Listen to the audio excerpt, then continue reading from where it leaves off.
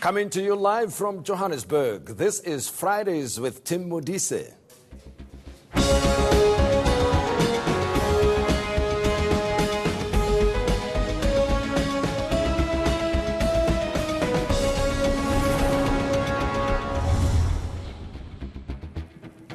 Prestigious recognition for Banyana head coach Desiree Ellis. She brought home the 2018 Women's National Team Coach of the Year award. And what will this victory mean for the country's women's team and the coach? We'll hear from the coach herself. And later, with the national elections around the corner, we'll be discussing the significance of campaigning and the various symbols that entice supporters. You can call us on 011-759-6340. And also use the hashtag Fridays with Tim Modise. But first, your news headlines with Devon. Well, thanks very much indeed, Tim. And we start here. Residents in Franskraal on the coastal Overstrand in the Western Cape have been ordered to leave the area. This follows wildfires in the region. The fire is seen along the mountain slopes in Hermanus, and the town is filled with thick smoke. Firefighters are on their way to help fight the blaze. Rain is expected in the Gansbaai, Betty's Bay and Hermanus areas tonight. Strong northwesterly winds are also expected to die down as the rain arrives. Some roads have been affected by the runaway fires. Halls have been made available to accommodate those evacuated. Some classes at La School Schweizer were cancelled following an alleged incident of racism. A photo showing black pupils sitting separately from their white classmates went viral. It sparked a public outcry and protests at the school. Some residents believe racism in the area is rife. Reporter Govan Whittles has been following that story. Is Schweizer Primary a racist school? It's a question that's divided parents and educators alike, and it was all started by a picture showing the racial segregation of grade R pupils. For the white parents, they believe the whole situation has been blown out of proportion. But for the black parents, the racism here at the school is undeniable. Either way, it's enough to warrant a full investigation by the Provincial Department of Education. On the streets of Schweizer, the question of whether the town is racist is rhetorical. Yeah, it's racist because you can see in town here. Like for an example, if you check here, if you want to see, it's not only the situation of our school, of large school. If you go to magistrate court, to police station, you can see racism. Even here, like here we are having like two pharmacies. Ne? The pharmacies here, is only used by black people. But if you go that side, it's used by only find white people. There's a lot of apartheidness happening here. Is the apartheid still happening? Yeah, it is still happening. What can we say? It is still happening, we can see, and there's nothing we can do about it. On Monday, a full investigation into the alleged racism will begin here at the school. The officials will then decide which interventions are necessary to bring more diversity into the classroom. Govan Whittles, Schweizer in the northwest. The JMPD has arrested 4 people suspected of selling fake jobs. Officers were acting on a tip-off from a victim of the scam. It's understood job seekers paid between 5 and 100,000 rand to secure a job. JMPD spokesperson Wayne Minnar says the suspects were in possession of official JMPD badges and documents. Well, at this stage, the information that we have is that these criminals have offered jobs within the JMPD, which does not exist. They took monies from 5 to 15,000 rand from approximately 100 young people from as far afield as Limpopo and KZN. And they promised them jobs in the JMPD, which did not exist. And the JMPD became aware of this yesterday when one of the victims approached the academy and asked her, what is the next step, where to from here? And then the information then led to 4 people in Tembisa, where the 4 suspects were then arrested today in possession of documents with JMPD badges. So we certainly don't hope that it's linked internally, but there is an investigation at the moment. And there will be a press conference on Monday, which will be addressed by the chief of the JMPD, David Tembe, and the MMC for Safety, Michael Sun, who will then reveal the outcome of the investigation. JMPD's Wayne Minnaar there on the job scam. So that's where we leave news headlines for now. More news at 9, Tim. And thank you very much, Devon. Good evening to you. Banyana coach Desiree Ellis has been named the Women's National Team Coach of the Year for 2018 by the Confederation of African Football.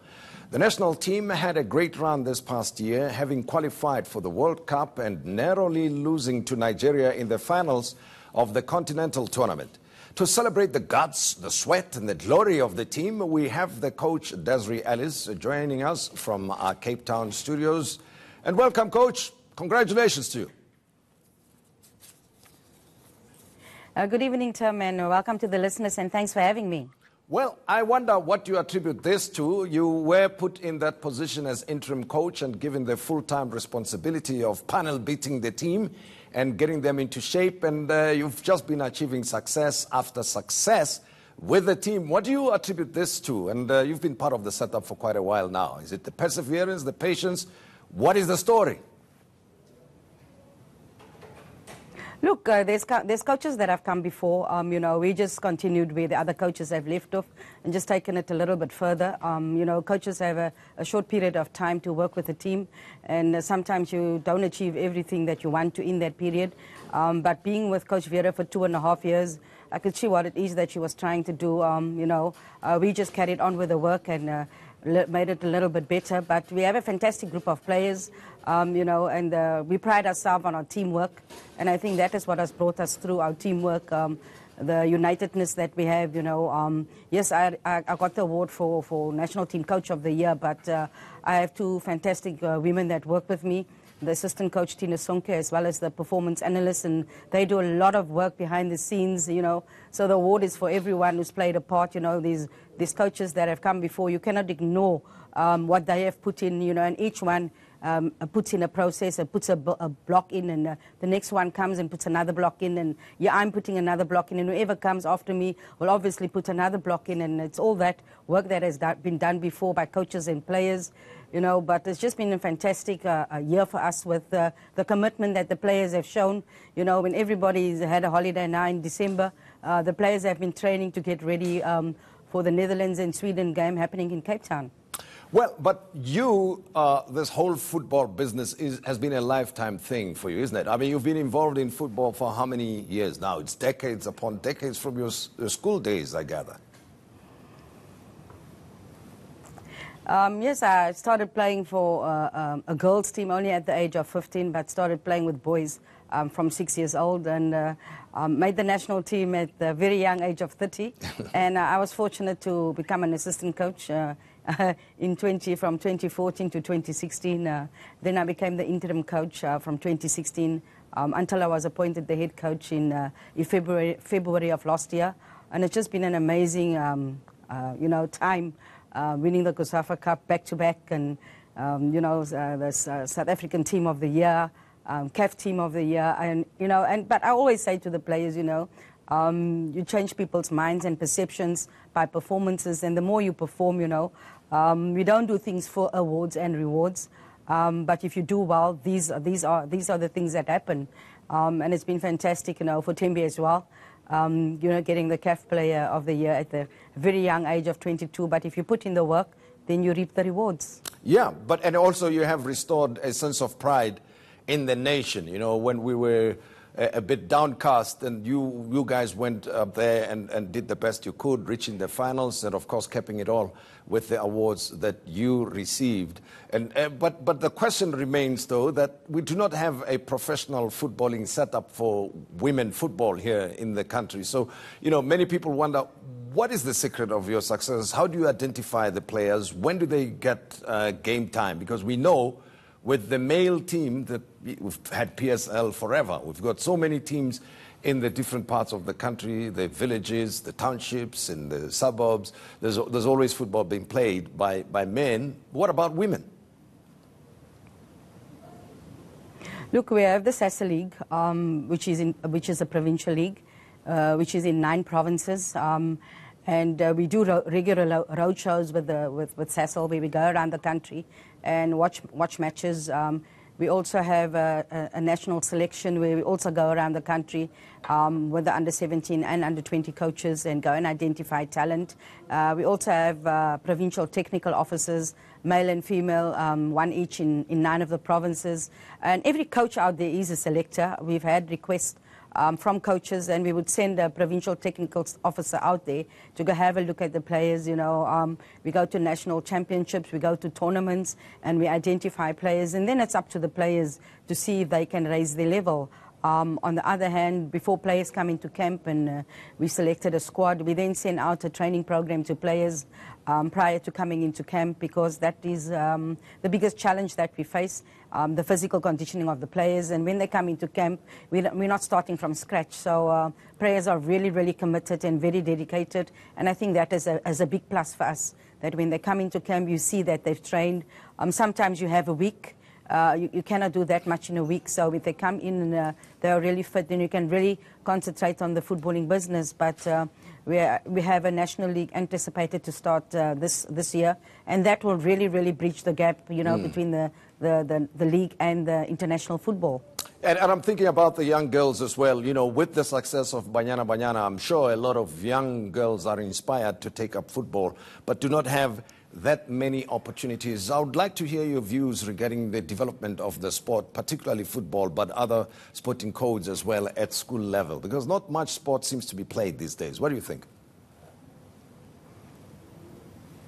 There are still some girls playing football at schools, but we also have a lot of the LFAs around the country. I have under 13, under 15, and under 17 girls. And when I was growing up, girls played with boys, and I think that is the best foundation, really. You know, to play with the boys, because they rough you up. You got to stand up and dust yourself off and carry on again, and have a little bit of character. And a lot of the girls, I mean, if you speak to many of the girls, even if you with Johnny, Janine van Wyk, you know, all of them, Tembi Khatlana, they grew up playing football with the boys. But nowadays that, you know, we have the SASA League in the 9 provinces, but we also have regional leagues in all the regions in South Africa, and there are over 50 that play, and these teams then get promoted to the SASA League. And in some provinces and regions, you even have development leagues. So there's a lot of football going around. There's regular tournaments that are played as well, and we get invited to those as well. So we have an opportunity to see many, many players. And as I said, we have national road shows every year. We will go also to the 9 provinces and try and scout for players, not just for under 17, under 20 and Banyana, but also for the High Performance Centre. Now, in terms of the competitiveness of the sport internationally, there are the leading giants of women football in the world, right? But when you assess the development of football in South Africa and the level of the competitiveness on the continent compared to, say, countries such as the United States and Germany, how far do you think the road still is for women football in South Africa to be up there with the best of them? Well, we have a lot of competitions in South Africa, maybe not for the SASA League, because that's just the SASA League. But, you know, when we compare ourselves maybe to the rest of Africa, there are many of the countries that have leagues as well. But I think it's also up to the Confederation of African Football to get more competitions for women. We only have the African Women's Cup of Nations every 2 years. The under 17 and under 20 national teams only get to qualify for the World Cup every 2 years, and there's got to be something in between to bridge that gap. Maybe even like a Champions League type of competition for females. More regular competition for under 17 and under 20s, as well as for the senior national team, and I think that will bridge the gap to world football. You know, America has been the leading light in that. You know, where they have even an under 15 league, and they have a succession of players coming through from the different national teams, and you're always seeing on social media that the junior teams are playing here and there. You know, but it also takes a lot. It takes more than just getting the girls together. You know, you need to get corporates to come on board, because for all these things you need money, you need sponsors, and you know, Cecil cannot do it alone for Banyana, but for all the other teams, you need sponsors for them to play regularly, and for them to play the bigger and better teams. Well, and I'm thinking of the life of a footballer all right, the career life of a woman footballer. That I suppose it is very difficult to sustain it for a period of time, isn't it? Because whilst you're trying to build yourself and become a competitive player and be selected to play for the country at Banyana level, then life happens. You know, are there any ideas that you'd like to share with us on how to manage a girl's footballing career and how you, in your own personal instance, managed to look after your career to this point? I think the support of your parents is key. Not only your parents, but your coaches as well. You've got to have some support structure. I think that is important. If you do not have that support structure and things go wrong, you do not know who to turn to. My late father was, there all the time. Other coaches were there to give advice as well. And that is important, that you have that support structure. Nowadays, many of the girls are at university. Because even university football, I'd forgotten about talking about that. That has really become real big. Players are getting scholarships, but not only that, we have a university national team as well. And this year, actually, they'll be going to Italy for the World Student Games. So there's opportunities for kids to get scholarships and to study. So you can have life after football, because football doesn't last forever. There are many out there. Amanda Dlamini's got a degree. Noko McClower's got a degree. Some PB's Glu's got a degree, because they're looking for life after football. And through the interaction with Banyana, they're now analysts on national television, regularly seen on the TV screens and big role models, and started their foundations, but that is all through football. I became an ambassador for the 2010 World Cup, and I know Desiree from Hanover Park would never have received that opportunity, but Desiree from Banyana received that opportunity. You look at Tembi, 22 years old, and she was saying, when you would have told her that in the beginning, she would have killed them dead. And that is what dreams are made of. And, she had a dream, and I'm sure there's many kids out there that have a dream. But still, the most important thing is your education, because you'll always have something to fall back on. And you have also worked as an administrator, right, in the sporting circles. So there's still more to be done. And how hands-on are you? I mean, besides putting the team together, making sure that they win games, you probably are very much involved in the development not only of the team, but the individual players within the team. Tell me more about that. No, most definitely. When a player comes in, I want to know how the studies are going, how things are at home, because you need a happy player in camp, If there's any way we can help. When you're dealing with, we have currently 26 players in camp. I cannot give them my personal attention. So what we do is we divide the group into three. The assistant coach, Tina Sonke, would take some. The performance analyst, who's also a CAF A license holder, like myself, and Coach Tina Sonke, would take some of the players, and I would take some of the players. And in that way, we can give them our personal attention, be it watching their own clips, be it showing them the role, of a fullback or whatever it may be, and sitting down with them and talking about things back home, etc., how things are and how we can help, because we want the whole package, and we want a happy person. So for me, you can't be a coach and not care, and I think that is the most important aspect. You're here to do a job, but you've got to care about the human being to get the best out of the player as well, and I think that is very important. Well, you guys have achieved a lot, reaching the finals, qualifying for the World Cup, and you've got new supporters now, right? There are people who have not been paying that much of attention to what Banyana are all about, but what do you make of the growing support in the country at the moment?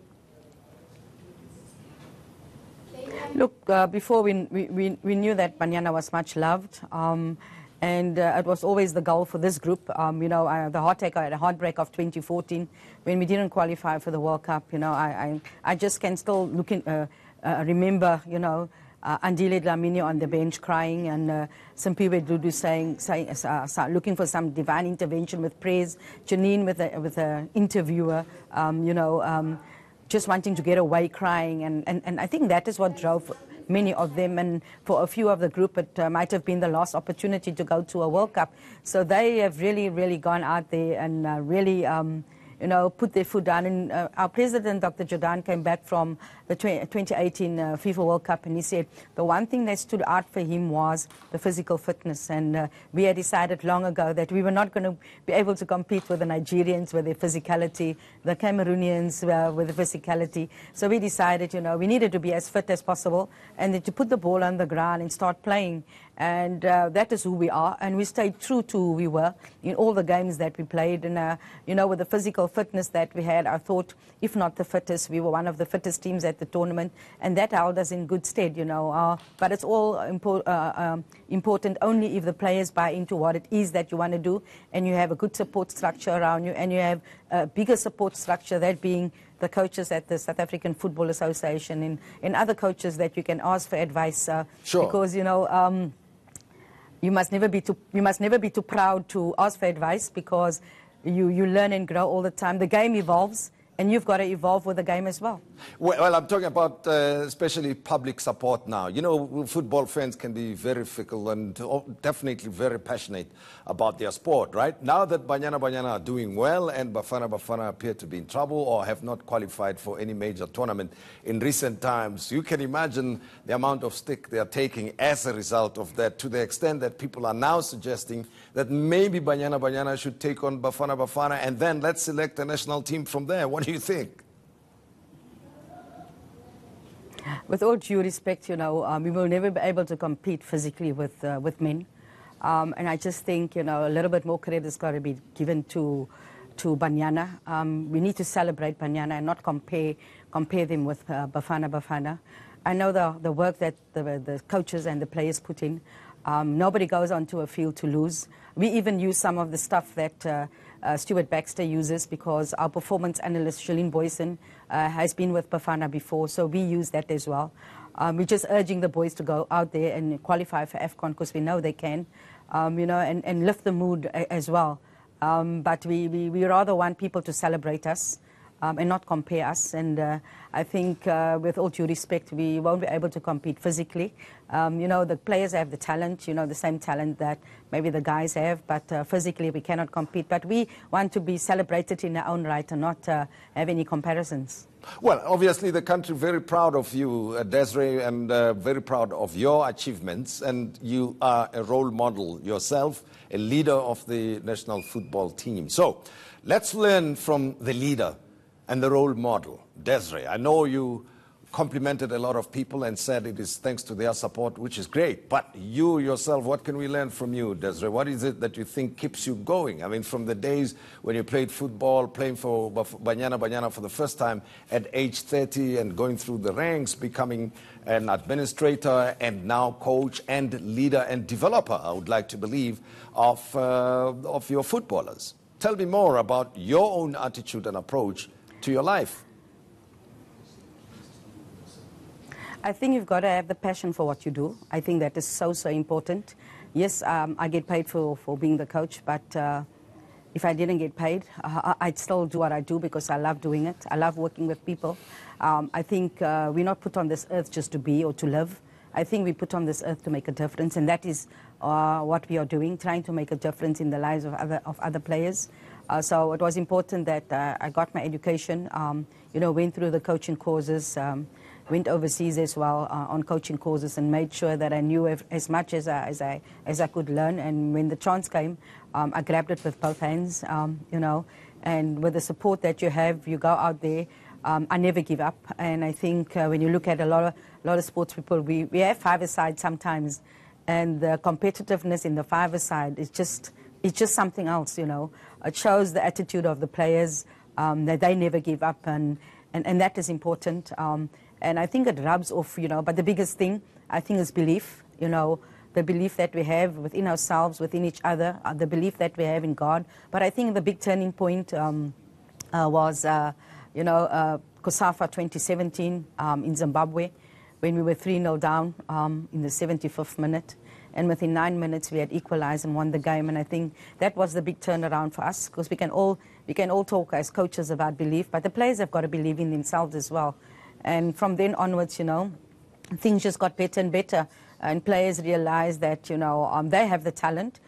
We can say as much as we want to, but they need to go out there and do it. And I think that rubs off the belief, the attitude, the willingness never to give up. And that is me. I was born premature. I was baptized in an incubator, so back then I didn't even know, but I've never given up on anything, and I think that is important. Well, and looking ahead, the World Cup, what can you tell us? What are the plans? What should we expect? Well, when the draw came out, people said it's a difficult draw. I think you cannot expect an easy draw at the World Cup. Each and every team qualified to get there. No one gave us a chance against Nigeria. No one even expected us to get a point. But we knew the first game was important, and after winning the first game, we were very focused. Yes, the World Cup is a couple of notches up, but the first game is going to be very important.